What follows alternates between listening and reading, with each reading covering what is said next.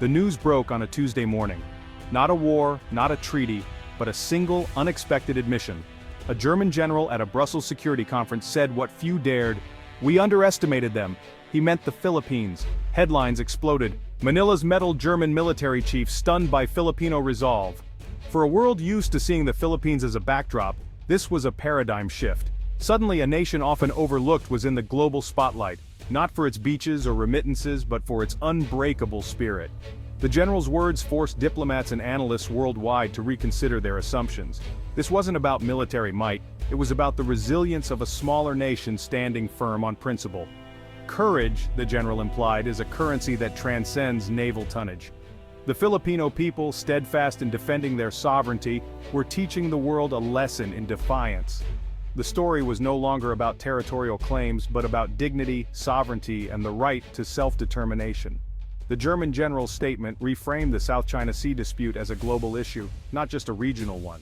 Filipino sailors' bravery became a central theme in the defense of international law. Europe was no longer just watching. They were paying attention, and they were impressed. The world, thanks to one candid admission, was finally starting to listen. The Philippines, long defined by its landscapes and labor, was now recognized for its courage under pressure. And in that moment, the script was truly flipped. Ask someone abroad about the Philippines and you'd hear about beaches, hospitality, and overseas workers. The world saw a tourist haven, a nation of hard-working expatriates, not a country capable of standing up to a superpower. But this image missed the fierce independence and pride woven into Filipino culture. History shows a nation that's fought for its freedom time and again. The world saw the smiles but not the steel beneath them. That changed as confrontations in the West Philippine Sea unfolded. Each incident, broadcast by the Philippine Coast Guard, chipped away at old stereotypes. The world saw Filipino sailors holding their ground against overwhelming odds. Fishermen sailed into contested waters, escorted by their own Coast Guard. The Philippines used transparency as a weapon, turning every act of intimidation into global news. By 2025, the narrative had shifted. The Philippines was now seen as a strategic archipelago, a source of courage, not just labor.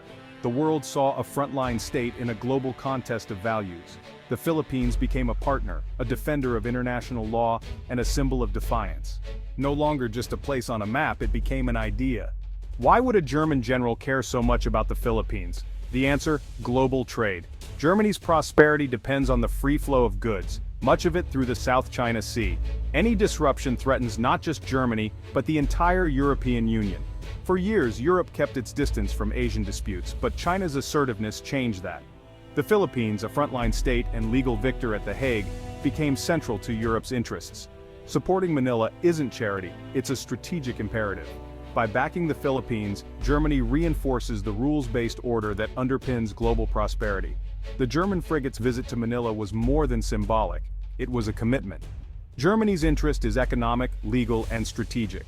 The Philippines is now an indispensable ally in upholding international law and stability. Europe's gaze has shifted east, seeking partners who value a world governed by laws, not force. In this new reality, the Philippines stands at the center. At a Brussels security forum, Lieutenant General Jürgen Schmidt delivered a bombshell. "We underestimated the Philippines," he admitted, stunning the room. In military circles, such candor is rare. It's an admission of a blind spot. Schmidt explained, "Western analysis focused on hard power, ships, planes, missiles. By those metrics, the Philippines seemed outmatched. But the models missed the human factor, the resilience and determination of the Filipino people."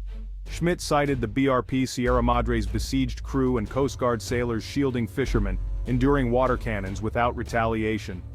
"They've turned vulnerability into strength," he said. "They're winning the battle of legitimacy and public opinion." Filipino bravery, he argued, is a strategic asset beyond tonnage or firepower. The impact was immediate. Analysts began to see the Philippines not as a victim, but as a protagonist.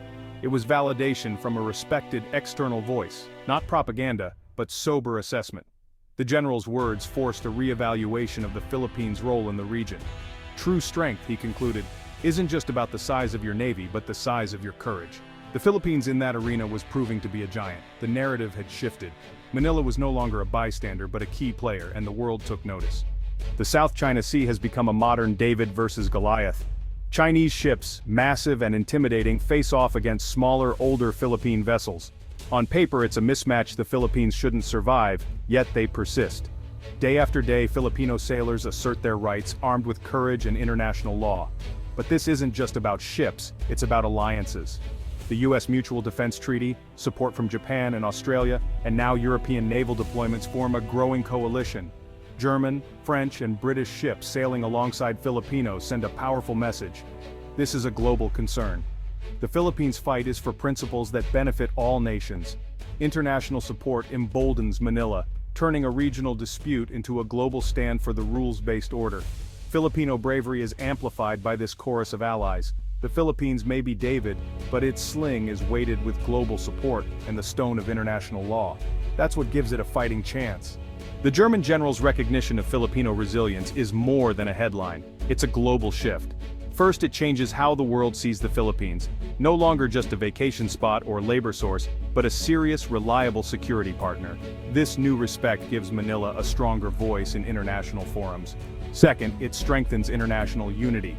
The Philippines' stand has rallied a diverse coalition, US, Japan, Australia, and now Europe, dedicated to upholding international law.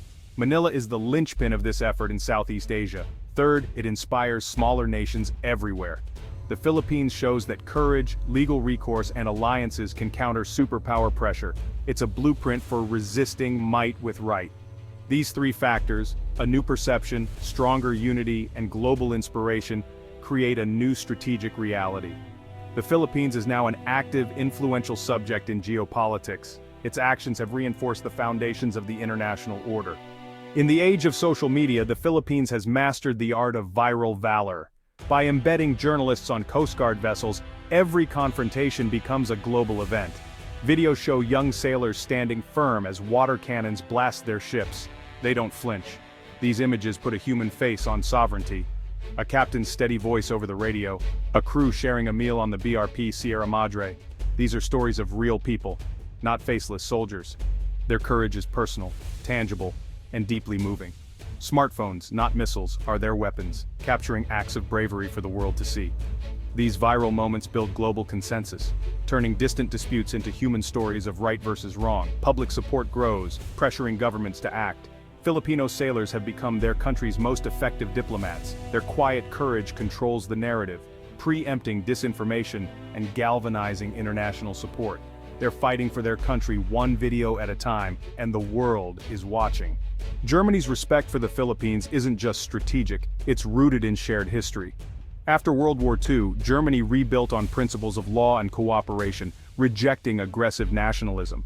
When Germany sees the Philippines defending the UN Convention on the Law of the Sea, it sees a reflection of its own values. Both nations know the importance of alliances and holding firm to principles under pressure. The respect shown by General Schmidt is more than professional. It's the recognition of a kindred spirit. This bond adds depth and sincerity to the growing partnership between Berlin and Manila. The Philippines is no longer on the periphery. It's now at the heart of global strategy. European naval deployments to the Indo-Pacific are more than symbolic. They're part of a broader security partnership. The Philippines has emerged as a key anchor in this new era. Defense cooperation is deepening. Training, technical expertise, and advanced equipment are on the table. Bolstering the Philippines' defense is seen as essential to regional stability. Diplomatic engagement has intensified, with Manila now a valued strategic partner. The Philippines is a bridge between Asia and Europe, essential to both continents' security.